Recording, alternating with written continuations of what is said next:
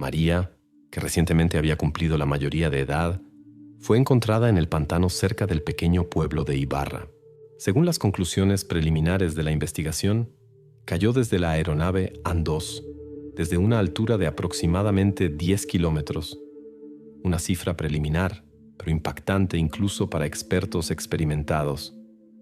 Lo más extraño de esta historia: María sobrevivió, y precisamente su salvación atrajo la atención hacia lo que claramente fue un delito cuidadosamente pensado, casi perfectamente planificado sin testigos. Pero ¿por qué complicar tanto y usar un avión entero si se trata de una persona?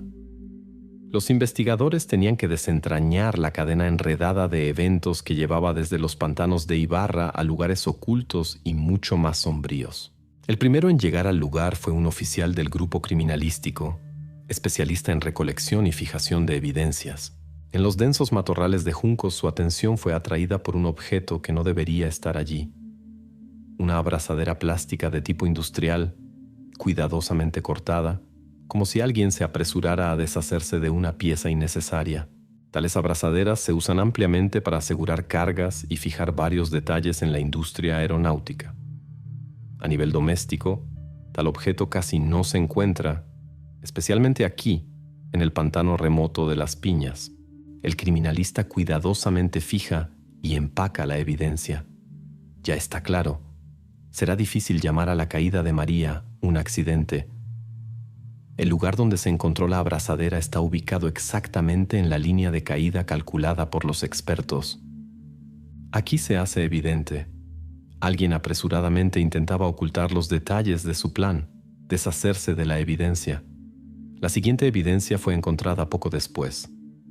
En la ropa exterior de María se percibía claramente un fuerte olor a queroseno de aviación tipo TS-1. Este detalle se convirtió en clave. Conectaba directamente a María con el avión An-2, que se usa principalmente para vuelos pequeños a áreas de difícil acceso, a menudo en la zona gris de la ley. Este avión era la herramienta perfecta para tal delito. Simple, confiable e invisible en los radares.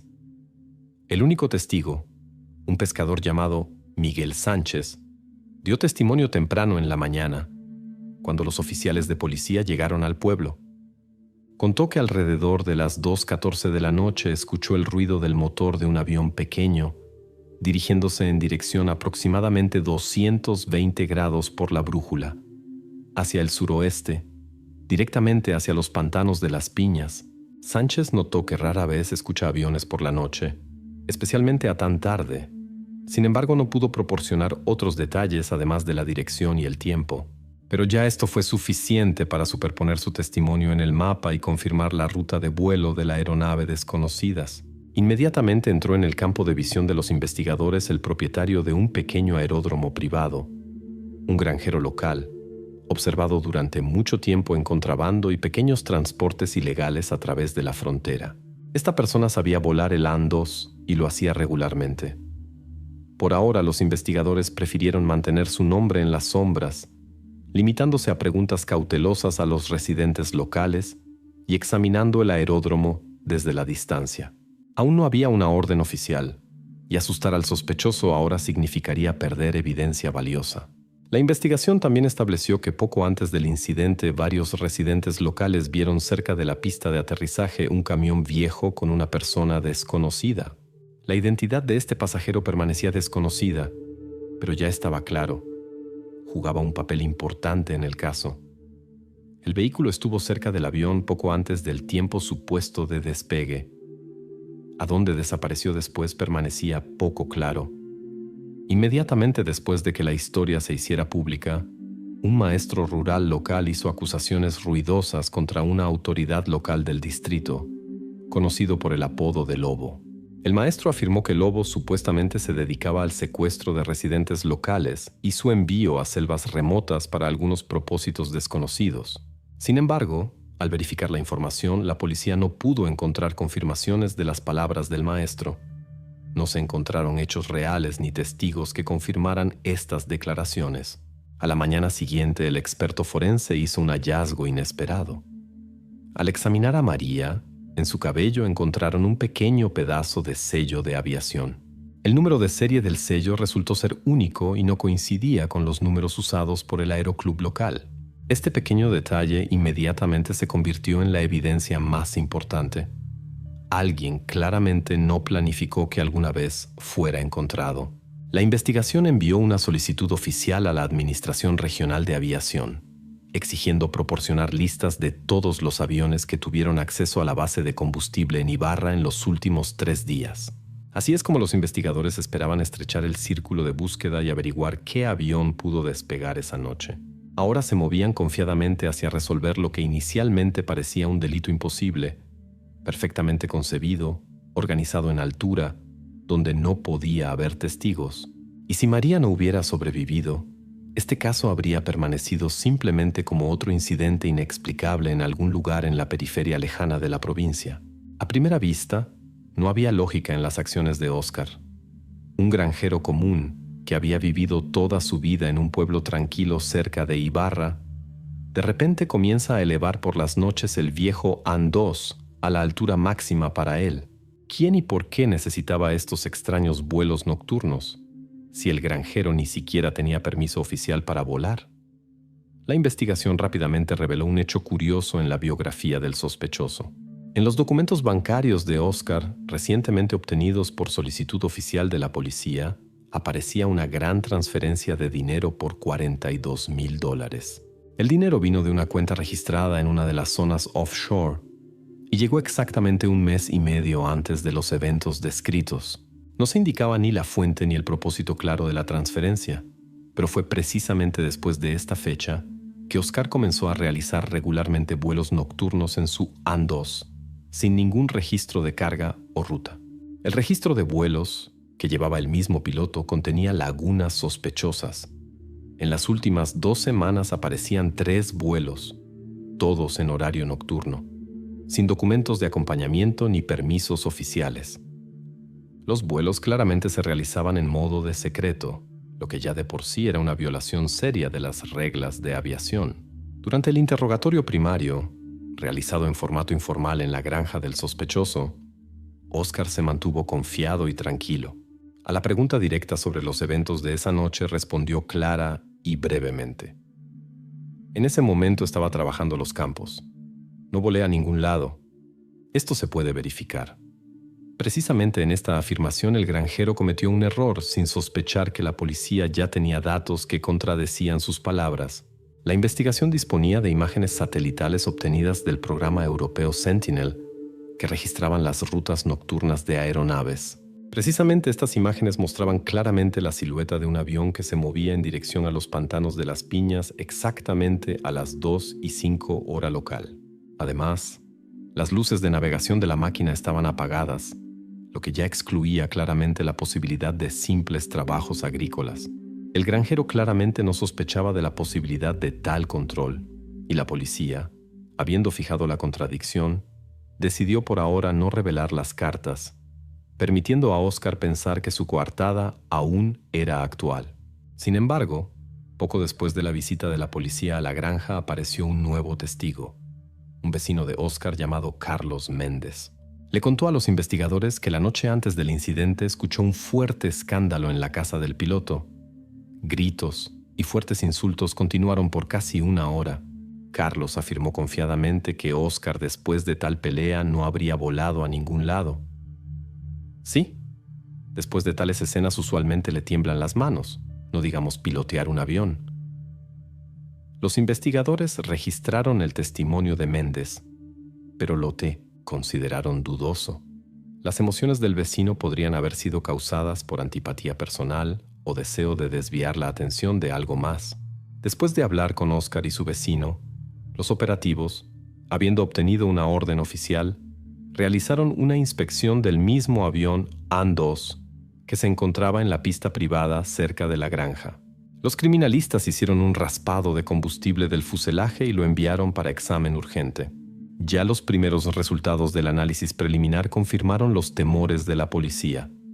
El queroseno en el avión coincidía por tipo TS1, e incluso por el colorante específico con aquel cuyos rastros fueron encontrados en la ropa exterior de María. Este descubrimiento significaba una cosa: el avión desde el cual arrojaron a María casi seguramente pertenecía a Oscar, aunque la evidencia para una acusación oficial aún era insuficiente. A pesar de las sospechas importantes y las pruebas, la policía decidió no arrestar a Oscar inmediatamente. El avión fue temporalmente sellado y puesto bajo vigilancia, mientras que el propio granjero fue sometido a control secreto. Las autoridades dieron a entender a los residentes locales que la situación estaba bajo control, pero en realidad, las fuerzas del orden eligieron intencionalmente una táctica de espera. Era necesario esperar el siguiente paso de Oscar. Si cometía un error, la policía reaccionaría inmediatamente.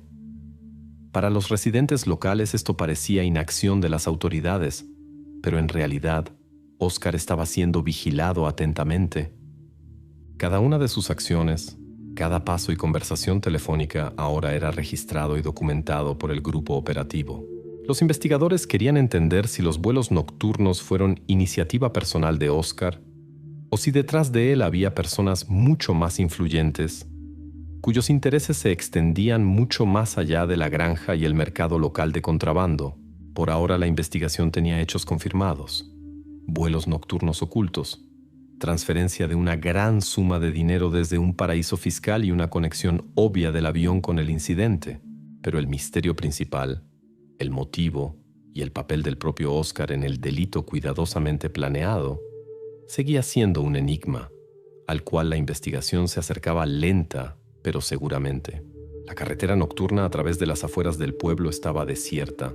Incluso al atardecer los locales trataban de evitarla. Pero Ana María por alguna razón caminaba precisamente por allí, sola, a tan tarde hora. Su madre afirmaba que Ana simplemente había salido a revisar el ganado, pero la verdad resultó no ser tan simple. Cuando los expertos comenzaron a recuperar los datos de su teléfono, se reveló un episodio inesperado y alarmante de la vida de la joven. La noche anterior al incidente, aproximadamente a las 9:30, Ana María salió de casa, diciéndole a su madre que iba a revisar las cabras en un pequeño corral en las afueras del pueblo. Las palabras de su madre eran seguras y no causaban dudas. Pero en la escuela donde estudiaba Ana, los policías encontraron algo extraño.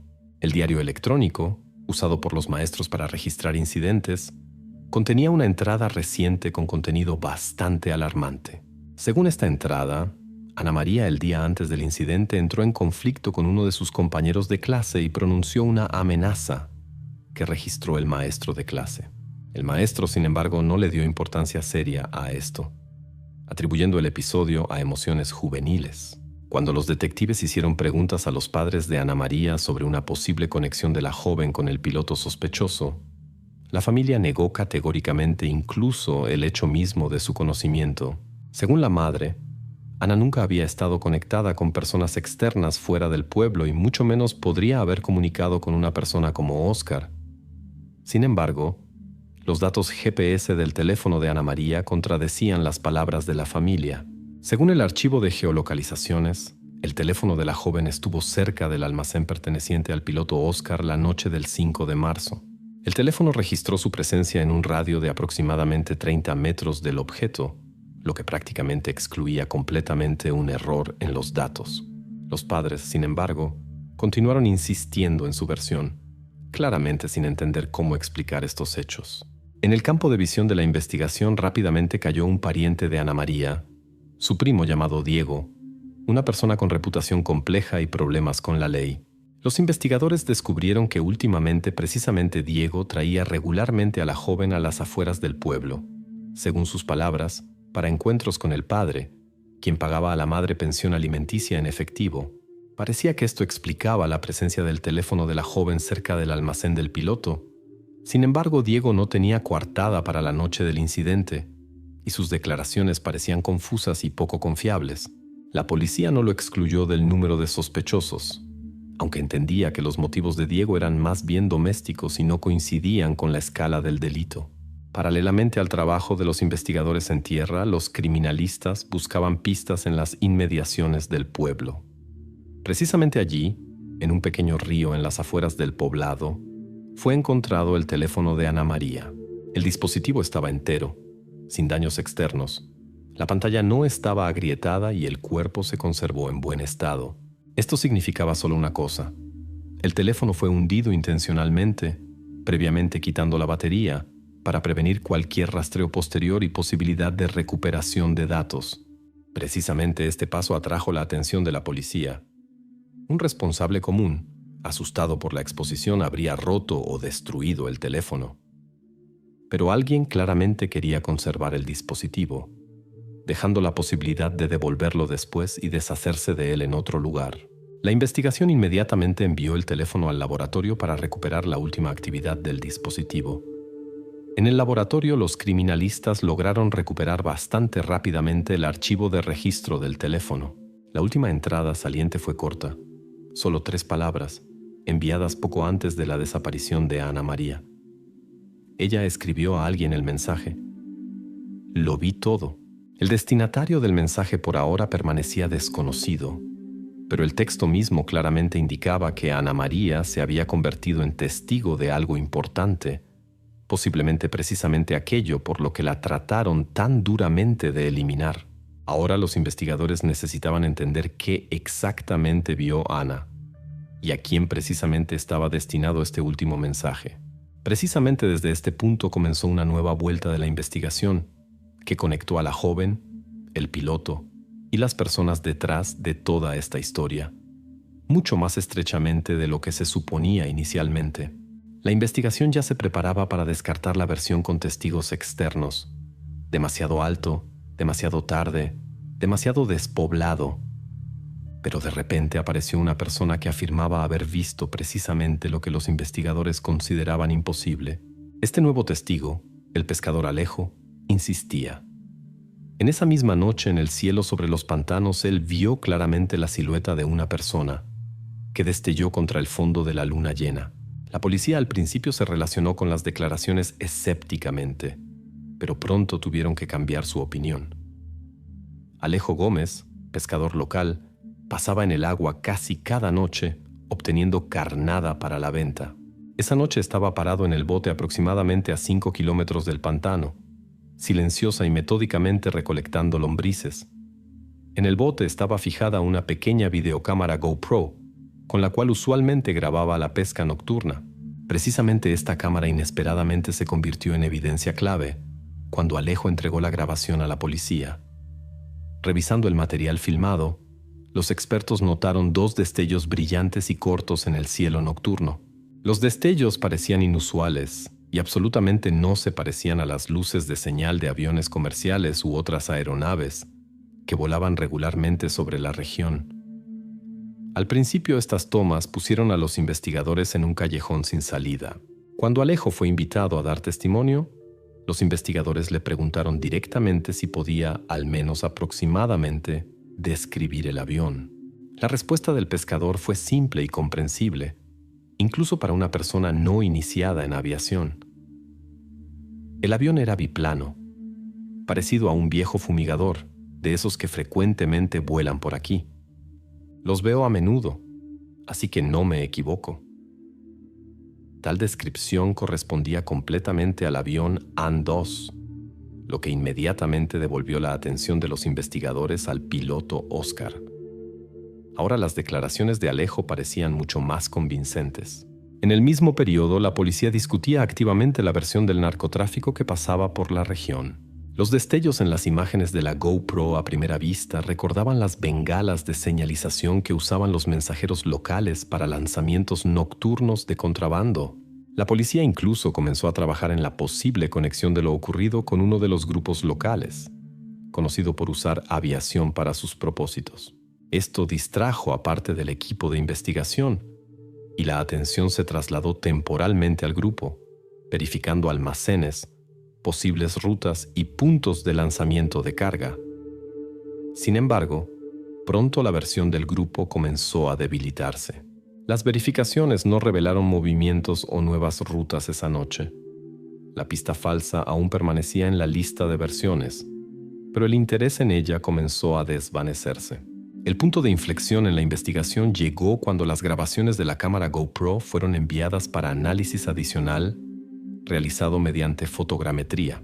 Después de un análisis detallado, quedó completamente claro que los destellos capturados por la cámara de Alejo no eran bengalas de señalización. Eran emisiones breves de llamas del escape de un motor de pistón viejo, bien conocidas por los expertos en aviación. La conclusión fue inequívoca y respaldada por análisis técnico.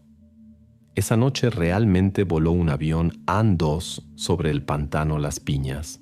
La versión de Alejo se confirmó hasta los mínimos detalles, incluyendo el ángulo exacto de visión de la cámara, y ahora la policía ya no podía negar lo obvio. El nuevo descubrimiento volteó completamente el curso de la investigación. Si antes la versión sobre la participación del piloto Oscar era solo una hipótesis, ahora los investigadores obtuvieron evidencia factual. Esto significaba que la atención regresaba nuevamente a Oscar y tendría que responder preguntas completamente diferentes. Los datos satelitales también permitieron determinar más precisamente la trayectoria de vuelo del AN-2 la noche del incidente. El análisis de la ruta mostró que la altitud era significativamente menor que los 10 kilómetros previamente supuestos. La altitud real era de aproximadamente 3,9 kilómetros, lo que, sin embargo, no disminuía la seriedad de la situación, pero hacía que la investigación reconsiderara las evaluaciones iniciales del delito. Los expertos comenzaron a entender que esta diferencia en altitud también era parte del plan. Probablemente los sospechosos inflaron deliberadamente la altitud para confundir aún más a la investigación. Ahora quedó claro que todo el escenario con el avión y la altitud fue cuidadosamente pensado para desviar a la policía del rastro. Mientras la policía discutía activamente las acciones futuras, el testigo Alejo permanecía bajo protección policial, esperando nuevas citaciones para interrogatorios y entendiendo que su testimonio podría ser decisivo en el caso. Durante la investigación, la policía se enfrentó a una situación paradójica.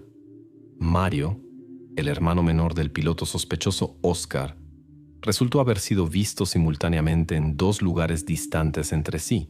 Los investigadores no podían ignorar este extraño hecho, especialmente considerando la reputación de Mario, una persona previamente condenada y acostumbrada a esconderse de las autoridades.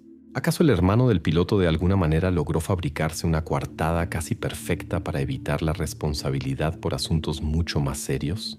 Las cámaras de vigilancia en la gasolinera en la carretera que llevaba al aeródromo registraron la aparición de Mario a las 23:48. Se detuvo allí literalmente por un par de minutos. Llenó un bidón con combustible y se fue inmediatamente. Este lugar estaba a solo 10 kilómetros de la pista de despegue donde estaba basado el avión AN-2 y desde donde presumiblemente fue realizado el vuelo nocturno por Oscar. Parecía un hecho obvio y fácilmente verificable, pero pronto apareció en la policía otra evidencia que causó seria confusión. Uno de los vecinos del granjero local recientemente atacado gravemente, un hombre mayor llamado Pedro Ramírez, informó que esa misma noche, aproximadamente a las 23:50, vio a Mario atacando a su vecino con una azada. Además, este evento ocurrió 2 días antes de la desaparición de Ana María, y por lo tanto los investigadores no podían excluir la conexión entre estos dos delitos. Los expertos de la policía realizaron urgentemente un análisis técnico de la grabación de la gasolinera. Establecieron que el tiempo en la cámara de la gasolinera podía desviarse máximo 2 minutos. Tal error, aunque no era crítico, resultó suficiente para crear una coartada seria. Esto significaba que teóricamente Mario podía haber logrado aparecer en ambos lugares si actuaba muy rápidamente. Los investigadores entendieron que la coartada de Mario era frágil, pero oficialmente no podían refutarla inmediatamente. Mientras tanto, el abogado de Mario inmediatamente se involucró en el caso, declarando ruidosamente en los medios locales que la grabación de la gasolinera fue deliberadamente fabricada con el propósito de incriminar a una persona inocente. El defensor afirmaba que la policía había querido deshacerse del problemático hermano de Oscar desde hace tiempo y ahora aprovechó la oportunidad conveniente. Estas declaraciones se extendieron rápidamente por la región sembrando dudas entre los residentes locales e incluso haciendo que la investigación se distrajera temporalmente con una verificación adicional de la autenticidad de la grabación de video. Sin embargo, los especialistas forenses confirmaron bastante pronto la autenticidad de la grabación, y la pista falsa del lado del abogado comenzó a debilitarse. La policía no la descartó inmediatamente, pero ya dejó de considerarla la dirección principal de la investigación. El descubrimiento principal en el caso ocurrió inesperadamente, cuando la grabación de video de la gasolinera fue enviada nuevamente a expertos para análisis de audio profundo. Y precisamente este análisis de audio reveló que en el fondo del video se escucha una señal distinta de bocina de automóvil, un sonido que nadie había notado antes. Los expertos inmediatamente se pusieron a estudiar el espectro de la señal y lo compararon con la base de automóviles conocidos por la policía y que participaron en la investigación. El resultado fue sensacional. La señal en la grabación pertenecía no al coche de Mario, sino a la camioneta de su hermano, el piloto Oscar. Ahora en el caso apareció una conexión directa, indicando indirectamente la participación de los hermanos en los mismos eventos, y por lo tanto, su implicación conjunta en ambos delitos se volvió mucho más probable. Después de este hallazgo, la policía decidió unir dos casos diferentes: el ataque brutal al granjero y el secuestro de Ana María en una sola investigación. Ahora, ambos hermanos, Oscar y Mario, se encontraron en el centro de atención de la investigación simultáneamente. Sus acciones y rutas comenzaron a estudiarse como una cadena única de eventos. Al mismo tiempo, al propio Mario aún no podían encontrarlo y continuaba escondiéndose, claramente entendiendo que la situación había cambiado drásticamente, no a su favor.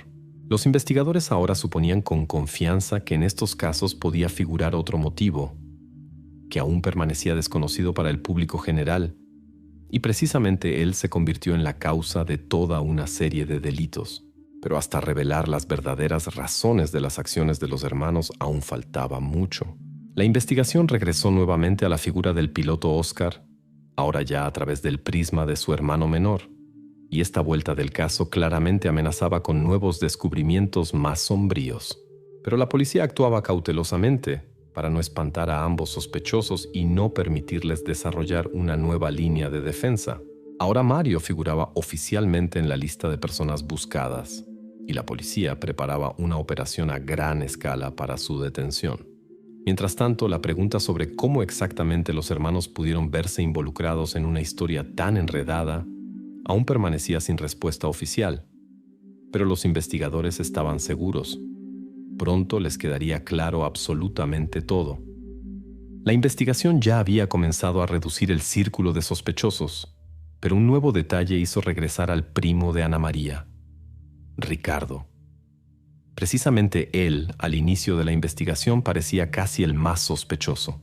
Pero por alguna razón, la policía durante mucho tiempo no prestó atención a que su rastreador GPS fue limpiado exactamente el día que coincidió con el ataque al granjero local. ¿Qué ocultaba el primo al destruir estos datos? La policía citó a Ricardo para un nuevo interrogatorio, ya de manera oficial.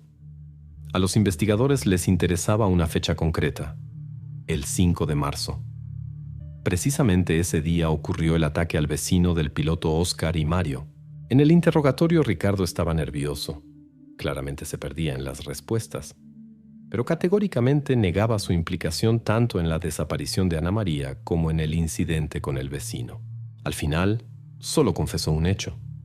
Realmente había borrado todo el historial de desplazamientos de ese mismo día, explicándolo como casualidad. Supuestamente el teléfono se había colgado y tuvo que reiniciar el dispositivo. Sin embargo, los investigadores ya habían obtenido los resultados del examen de su motocicleta. En el manillar se encontró una gota minúscula de sangre, cuyo origen hasta ese momento no había sido claro. Las pruebas iniciales excluyeron que la sangre perteneciera a Ana María o al vecino atacado. La policía envió la muestra para análisis de ADN ampliado, cuyos resultados debían conocerse muy pronto. A la pregunta de por qué llevaba regularmente a Ana María a las afueras del pueblo, Ricardo respondía con seguridad que lo hacía exclusivamente por su comodidad. Simplemente la llevaba a la escuela. No había nada más. A la pregunta de si alguien podía haber usado su motocicleta sin su conocimiento, Ricardo negaba categóricamente tal posibilidad. Sin embargo, los investigadores ya sabían más. Uno de los testigos resultó ser un mecánico local que trabajaba en un garaje en las afueras del pueblo. Le contó a la policía que varias veces había visto a Ricardo llenando una pequeña lata de plástico con queroseno de aviación, el mismo tipo de combustible que encontraron en la ropa de Ana María y en el fuselaje del avión An-2. Precisamente en ese momento, la policía decidió verificar cuidadosamente el testimonio del mecánico. La versión de que Ricardo podía estar involucrado en alguna aventura o delito aéreo parecía demasiado obvia y al mismo tiempo completamente inverosímil. Sin embargo, a pesar de la aparente absurdidad de esta información, el mecánico parecía convincente. Ricardo negaba categóricamente haber tenido alguna vez que ver con combustible de aviación. Esta pista falsa requería verificaciones adicionales, distrayendo una parte considerable de los recursos de la investigación. Pero pronto llegaron los resultados del análisis de ADN ampliado de la sangre encontrada en la motocicleta del primo de Ana María. Conmocionaron al equipo de investigación y cambiaron completamente la dirección de la investigación. La sangre en el manillar de la motocicleta, que pertenecía a Ricardo, resultó ser sangre del hermano del piloto buscado y escondido, Mario P.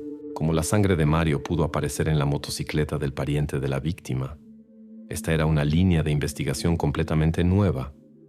Ricardo no podía explicar este hecho de ninguna manera. Parecía sinceramente sorprendido, y los investigadores intuitivamente entendían que difícilmente el primo había tenido relación con el delito mismo. Ahora los investigadores comenzaron a sospechar algo completamente diferente, que alguien pudo haber usado a Ricardo y su transporte como eslabón intermedio para la preparación del delito. Después de obtener esta importante evidencia, la policía realizó una reunión interna. Se tomó la decisión de retirar temporalmente las sospechas del primo de Ana María. Fue liberado oficialmente del estatus de sospechoso, pero se le advirtió que en caso de necesidad podía ser citado nuevamente. Lo importante era otra cosa. La sangre de Mario en la motocicleta significaba que alguien había usado activamente la motocicleta de Ricardo para sus propios fines. Esto abría para la investigación una perspectiva completamente nueva de los eventos. Ahora la investigación comenzó a descartar rápidamente teorías que parecían lógicas en las primeras etapas. Se descartó la versión sobre la complicidad directa del primo. Comenzó a debilitarse la versión sobre sus desplazamientos independientes con combustible, ya que surgió una hipótesis nueva y más realista. El combustible para el vuelo nocturno del Lynn-Noesetos avión pudo haberlo transportado a alguien más, presumiblemente relacionado con Mario o el propio Oscar. Así, la investigación entraba en la siguiente fase, donde gradualmente se limpiaba de las versiones iniciales y se concentraba en las figuras clave de los hermanos P. El primo ya no era el sospechoso central, y la policía ahora concentraba esfuerzos en la búsqueda de Mario y en establecer el papel exacto que había jugado en la historia enredada con el secuestro y el ataque al vecino. A los investigadores les resultaba evidente que la solución de todos los eventos se encontraba precisamente en los motivos y acciones de los dos hermanos. Y Ricardo, muy probablemente, resultó ser una figura casual y desinformada en su juego complejo. El equipo de investigación ya se había enfocado casi completamente en la búsqueda de los hermanos sospechosos, cuando de los buscadores que trabajaban en la zona pantanosa llegó una nueva señal. En la copa alta de un árbol, a una altura de 15 metros sobre el suelo, fue descubierto un hallazgo extraño. Un lazo cuidadosamente atado de cinta de nylon de 20 milímetros de ancho. El lazo parecía completamente fuera de lugar, como si alguien lo hubiera dejado específicamente allí, a la vista, pero al mismo tiempo fuera del alcance. Y el enigma no consistía solo en su origen, sino también en las propiedades inusuales del material, descubiertas por el laboratorio. Retiraron el lazo del árbol con gran precaución, fijando cuidadosamente su posición. A primera vista, la cinta parecía completamente ordinaria, densa, resistente, típica para uso aeronáutico. Pero los criminalistas inmediatamente notaron una combinación inusual de detalles. En primer lugar, las fibras de la cinta estaban impregnadas con parafina líquida, que se usa como lubricante para mecanismos móviles del avión An-2. Este lubricante no se usa para fines civiles y claramente relacionaba el objeto encontrado con un tipo específico de aeronave. Sin embargo, había un hecho que sorprendió mucho a los expertos. En la cinta faltaba el olor característico del queroseno de aviación, aunque anteriormente todas las evidencias encontradas habían estado literalmente impregnadas con este combustible. En lugar de queroseno, en las fibras se descubrieron partículas minúsculas de esporas pantanosas, que solo pudieron llegar allí después de que el lazo ya estuviera en el árbol.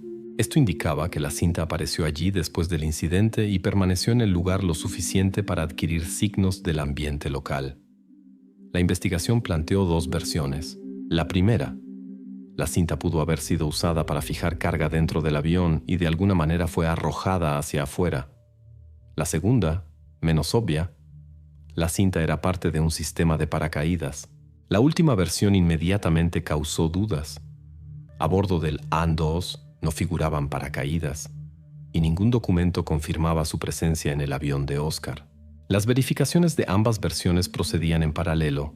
Sin embargo, ninguna de ellas daba una respuesta inequívoca. En el contexto de la investigación se planteó nuevamente la versión relacionada con los grupos locales. Alguien supuso que el lazo pudo haber servido para lanzar paquetes, método que ya había sido registrado anteriormente en la región. Los investigadores enviaron la cinta para verificación adicional a expertos familiarizados con los métodos de trabajo de los grupos. Los expertos rápidamente llegaron a la conclusión de que este tipo de cinta nunca había sido usado por los grupos locales. La versión fue excluida oficialmente y la policía cerró definitivamente esta línea de investigación. El avance clave ocurrió cuando los especialistas forenses examinaron cuidadosamente el lazo en busca de huellas dactilares. Después de muchas horas de análisis, lograron extraer una sola huella clara. Cuando la compararon con las bases de datos, resultó que la huella pertenecía a una persona ya conocida por la investigación. Resultó ser el asistente del piloto, quien hasta ahora no había figurado oficialmente en la investigación. El hecho de su participación era nuevo y extremadamente importante. Ahora la investigación obtuvo otra figura directamente conectada con el avión y los eventos de esa noche. El descubrimiento de la huella del asistente del piloto inmediatamente dio un nuevo impulso a la investigación. Los policías solicitaron inmediatamente una orden oficial para registrar su casa, esperando encontrar evidencia adicional o entender su papel exacto en este delito. Mientras se preparaban los documentos, los investigadores comenzaron a construir una nueva versión de los eventos, en la cual el asistente del piloto podría jugar un papel mucho más significativo de lo que se suponía anteriormente. El lazo resultó ser la evidencia material más importante, que finalmente conectó todos los hilos de la historia. El avión AN-2, el piloto Oscar, su hermano Mario, y ahora también una tercera persona, el asistente del piloto, cuya participación claramente no fue casual. La investigación entró en una nueva fase. Ahora la policía estaba un paso más cerca de establecer el cuadro completo de los eventos de esa noche fatídica. El propio asistente aún no había sido detenido, y la policía intencionalmente lo mantenía en la ignorancia, esperando los resultados del registro. Alrededor de la investigación aún se preservaba una atmósfera de expectativa oculta. Parecía que ahora los investigadores sabían exactamente hacia dónde ir y estaban listos para dar el siguiente paso decisivo. Mientras tanto, la versión de los grupos fue definitivamente descartada. El lazo de la cuerda se convirtió en el eslabón que oficialmente excluyó esta línea de la lista de versiones, limpiando el espacio de investigación de ruido innecesario y distracciones. Ahora la atención estaba completamente enfocada en el asistente del piloto, cuya casa ya se preparaban para registrar. El arresto de Diego, el asistente del piloto, se convirtió en un verdadero avance en la investigación. En los primeros minutos del interrogatorio, los investigadores notaron un extraño moretón en su esternón, que repetía claramente la forma y el tamaño de la barandilla metálica en la puerta del avión AN-2. Pero el propio Diego insistía en una causa completamente diferente para su lesión, y a los investigadores les correspondía encontrar evidencia real de su participación en los eventos de esa noche, sin depender solo de sospechas. La policía solicitó operativamente los documentos médicos de Diego, Según el historial médico que los investigadores obtuvieron de la clínica local, él había buscado ayuda el 8 de marzo, un día después de los eventos. El médico registró la lesión en el esternón, y Diego entonces la explicó como un accidente doméstico. Supuestamente se había caído de una escalera en el garaje. En ese momento nadie prestó atención a este hecho. Ahora los investigadores sabían exactamente que tal lesión era típica para una persona que había estado en la cabina del An-2 en el momento de una maniobra brusca. Simultáneamente con los documentos médicos, la policía obtuvo acceso al teléfono de Diego. En la pantalla, los operativos vieron un mensaje enviado desde su teléfono a las 3:10 de la madrugada del 7 de marzo, solo una hora después de que Ana María fue arrojada del avión. En el mensaje solo había las palabras «Hecho como pediste», «dinero». El destinatario del mensaje aún permanecía desconocido, pero la conexión con el dinero inmediatamente recordó a los investigadores la gran suma recibida por el piloto Oscar. Durante el interrogatorio, Diego estaba seguro y contenido. Insistía en que era solo un mecánico y categóricamente negaba que jamás hubiera subido al aire en el avión.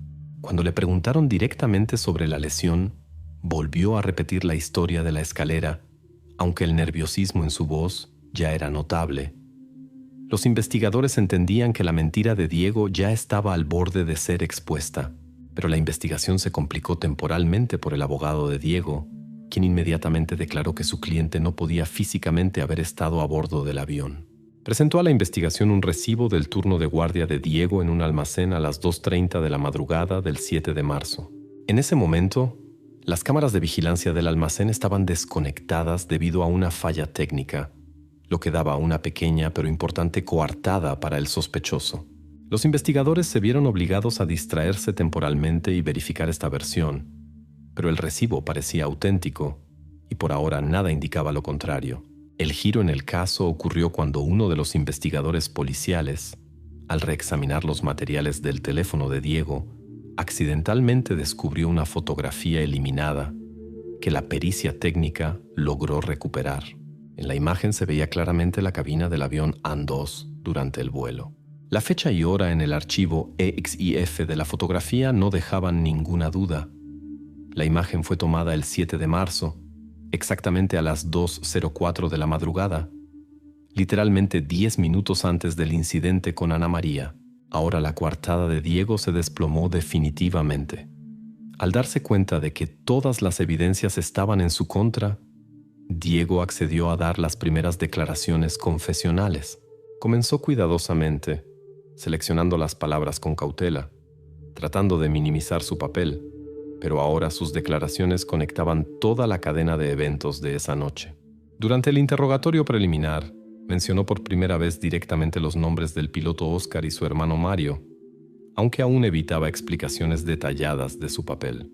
A la pregunta sobre qué exactamente había hecho por petición del remitente del mensaje, Diego respondió brevemente, casi sin mirar a los ojos del investigador: «Solo desaté la cuerda».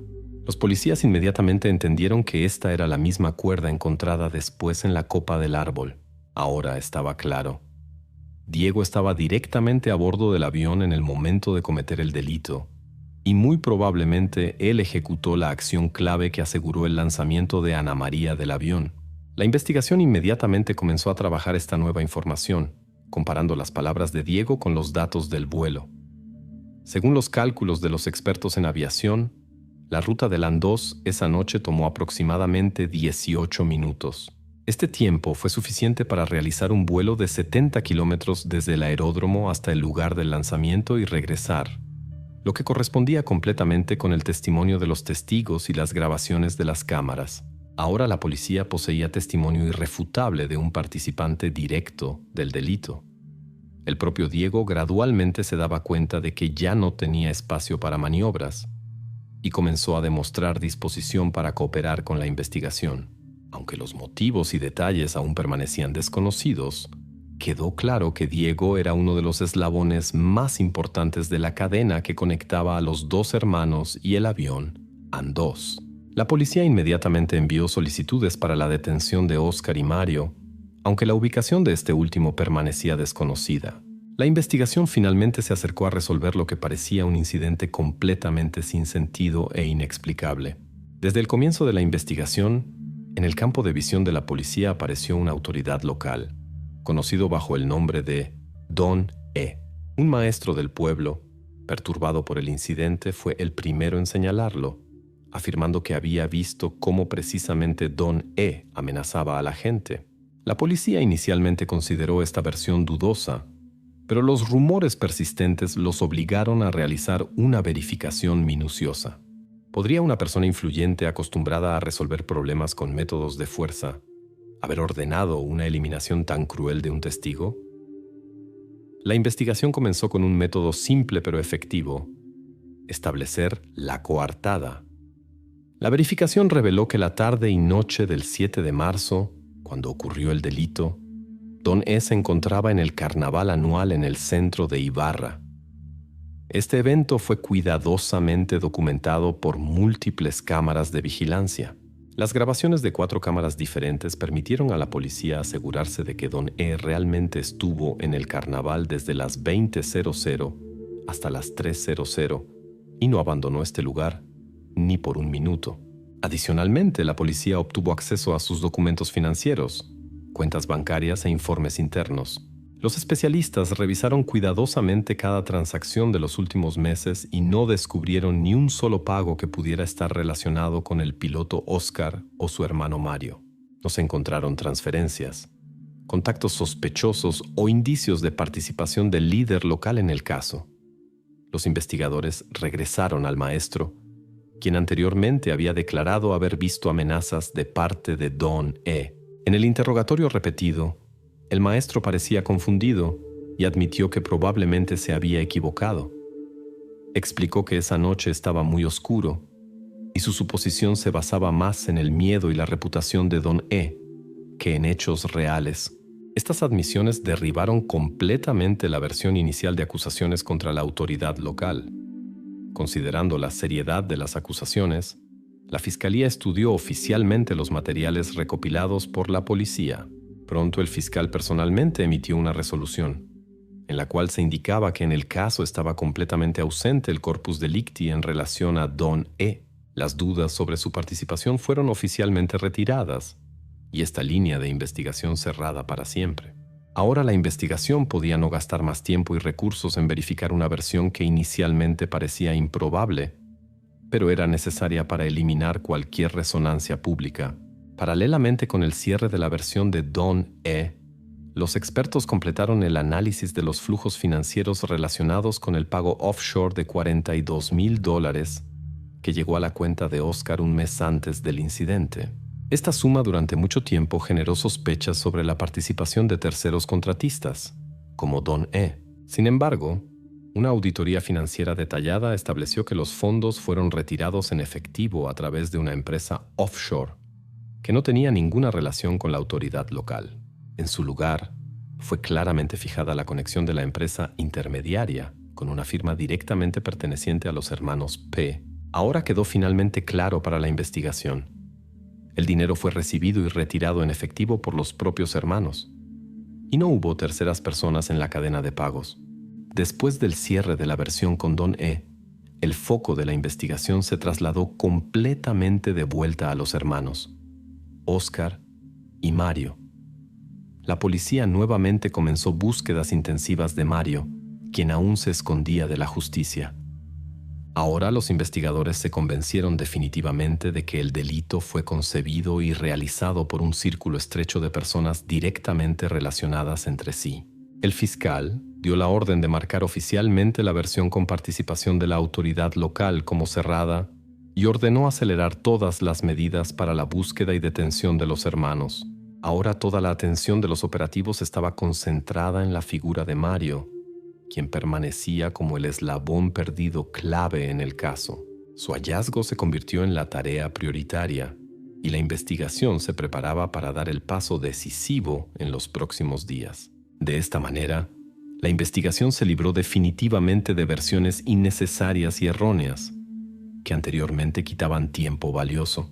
Ahora ante la policía había un camino claro, confirmado por evidencias, que llevaba a los hermanos P y su asistente Diego ya detenido y que había dado las primeras declaraciones. El cierre de la versión con la autoridad local permitió a la policía comunicar públicamente sobre el progreso y estrechar el campo de búsquedas, aumentando simultáneamente la presión sobre Mario, quien indudablemente ahora sabía que casi no quedaba tiempo para escapar u ocultar evidencias. La investigación estaba segura de que el caso se acercaba a su conclusión lógica, y era solo cuestión de los próximos días. Desde el inicio de la investigación, el principal misterio seguía siendo la altura desde la cual fue arrojada Ana María. La cifra de 10 kilómetros parecía no solo inverosímil, sino prácticamente irreal para un avión tipo An-2.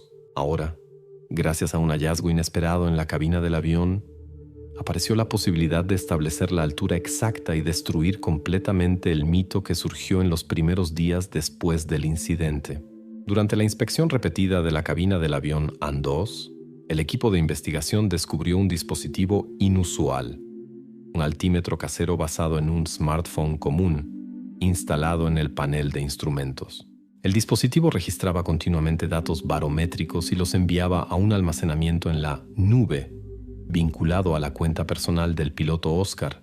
Los investigadores rápidamente obtuvieron acceso oficial a esta nube y extrajeron el archivo de registro, que contenía grabaciones del vuelo de esa misma noche.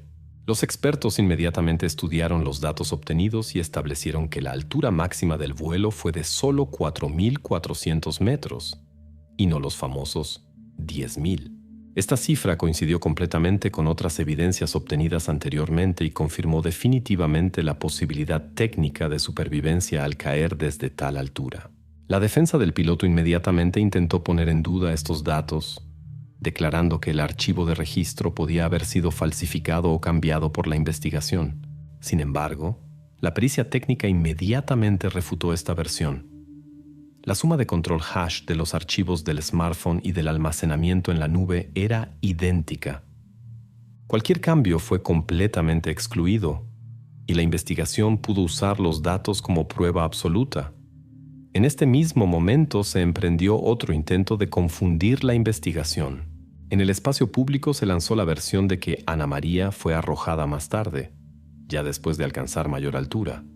Pero incluso esta versión fue rápidamente refutada. La imagen del teléfono del asistente del piloto Diego tenía una marca temporal exacta: 0204, y en este momento la altura del vuelo era de 4.350 metros. Esto coincidía completamente con los datos del altímetro barométrico y otras evidencias. La pista falsa fue inmediatamente descartada. Sin embargo, estudiando el archivo de registro más adelante, los investigadores hicieron otro descubrimiento importante. Resultó que en ese mismo archivo se conservaron grabaciones de varios días antes del incidente. La noche del 5 de marzo, el avión realizó varios círculos directamente sobre la granja del vecino del piloto Oscar, aquel mismo que después fue encontrado atacado gravemente. Las coordenadas de este círculo fueron claramente fijadas por el dispositivo, lo que por primera vez conectó el avión y su tripulación con otro delito, cometido poco antes de los eventos con Ana María. Ahora la investigación poseía evidencia técnica directa de que el avión participó activamente también en otro incidente, lo que obligaba a ver de manera diferente los motivos y acciones de los sospechosos. Este descubrimiento aceleró el proceso de emisión de la orden de arresto de Mario, quien todo este tiempo había permanecido en fuga. Su ubicación logró establecerse gracias a los servicios fronterizos, cuando intentaba cruzar la frontera con Colombia. El arresto se realizó rápidamente y sin complicaciones. Ahora la investigación tenía a su disposición a las tres figuras: el piloto Oscar, el asistente Diego, quien ya había dado testimonio, y el hermano fugitivo Mario. Los investigadores eliminaron completamente el mito de los 10 kilómetros, reconociendo esta cifra solo como resultado de testimonios erróneos iniciales y rumores. La investigación ahora tenía en sus manos evidencia irrefutable de que la altura real del lanzamiento fue de poco más de 4 kilómetros, y los datos técnicos confirmaron completamente todos los detalles relatados por testigos y sospechosos. Ahora la investigación entró en la recta final. Las evidencias encajaban claramente, los motivos comenzaban a adquirir claridad, y los investigadores ya no tenían dudas sobre quién estaba detrás de este delito.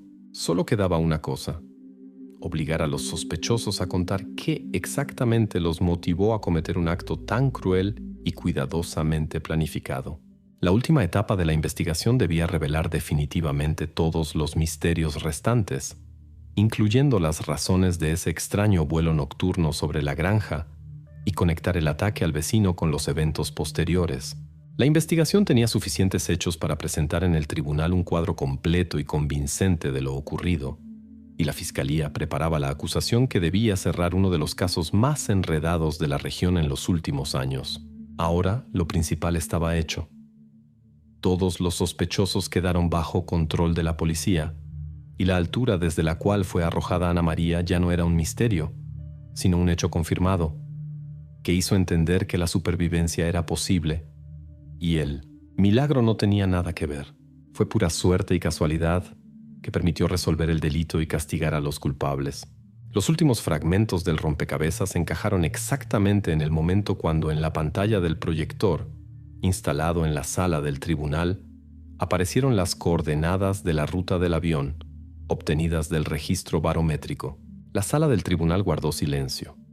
En los rostros de los acusados se leía que ya conocían el desenlace. En realidad, la historia no comenzó la noche del 7 de marzo, sino 2 días antes. Todo comenzó con una pequeña disputa sobre tierras. El vecino del piloto Oscar y su hermano Mario se negó a ceder parte del pastizal, valorado en casi $100,000. Aparentemente un conflicto común de habitantes rurales. Pero precisamente esa noche, cuando en la tierra del vecino se encontraron huellas de lucha, todo se volvió irreversible. Ana María casualmente se convirtió en testigo de este incidente. Esa noche, el 5 de marzo a las 21:45, apareció en su teléfono una grabación corta. Lo vi todo. No entendía que esta frase desencadenaría una cadena de eventos que cambiaría su vida para siempre. Pero sabía a quién enviaba el mensaje. Era la única persona en quien confiaba y quien, desafortunadamente, no podía protegerla. Mario rápidamente entendió lo que le amenazaba. Entonces llamó a su hermano Oscar, explicó la situación y propuso un trato. Si el testigo desaparecía, podrían quedarse con el pastizal del vecino. Oscar no se negó.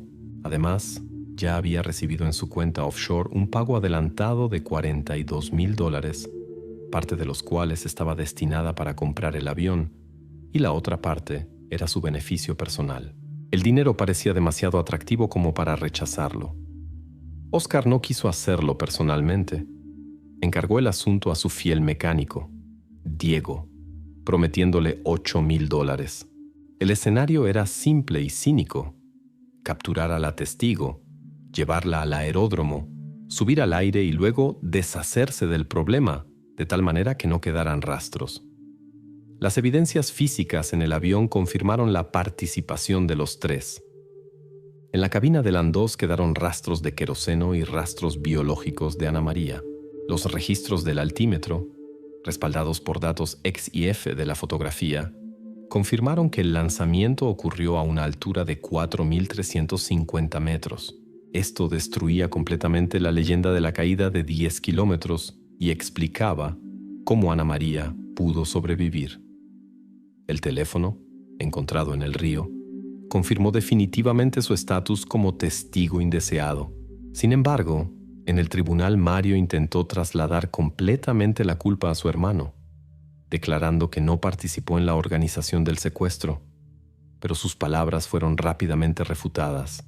El asistente del piloto, Diego, durante el careo presentó una grabación de voz que él mismo había hecho. En ella se escuchaba claramente la voz de Mario: «Solo arrójala como un saco». Este fue el toque final que puso punto final en la cuestión de responsabilidad. La sentencia del tribunal sonó fría y breve. Los tres recibieron largas condenas de prisión. En este momento surgió silencio en la sala. Ana María lentamente se levantó del banco, apoyándose en muletas, y se dirigió hacia la salida. Los reporteros no le quitaban los ojos de encima, registrando cada movimiento. A sus espaldas, en el banco de los acusados quedó un lugar vacío que anteriormente ocupaban los familiares de los acusados. Se fueron, sin decir ni una palabra a la prensa. La familia prefirió quedarse en las sombras. Este fue el cierre definitivo e irreversible del caso. No sonaron más preguntas en la sala del tribunal. Todos los detalles, todas las evidencias, todos los motivos fueron claramente expuestos y reconocidos por el tribunal. El delito resultó ser banal, simple y sin sentido cruel. Tierra, dinero, miedo a perder la libertad. Sin embargo, en el caso quedaron 2 líneas sin resolver, que fueron clasificadas y a las cuales ya no hay acceso.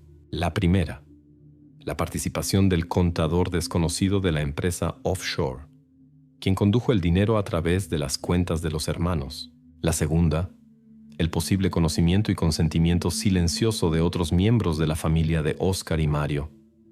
Estos detalles permanecerán para siempre en los archivos de la Fiscalía, cerrados al acceso público.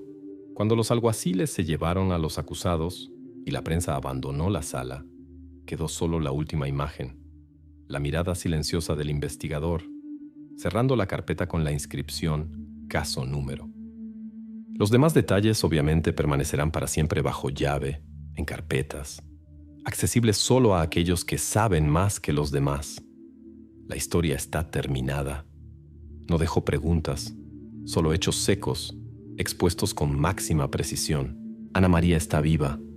Sus testimonios ayudaron a reconstruir el cuadro de eventos, pero ahora le toca vivir adelante, sabiendo cuán cerca estuvo del borde del abismo.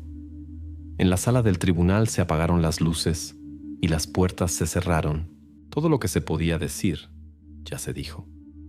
Lo demás permanecerá en esos archivos, a los cuales el acceso está permitido solo a unos pocos. Al final, la verdad es solo lo que lograron probar.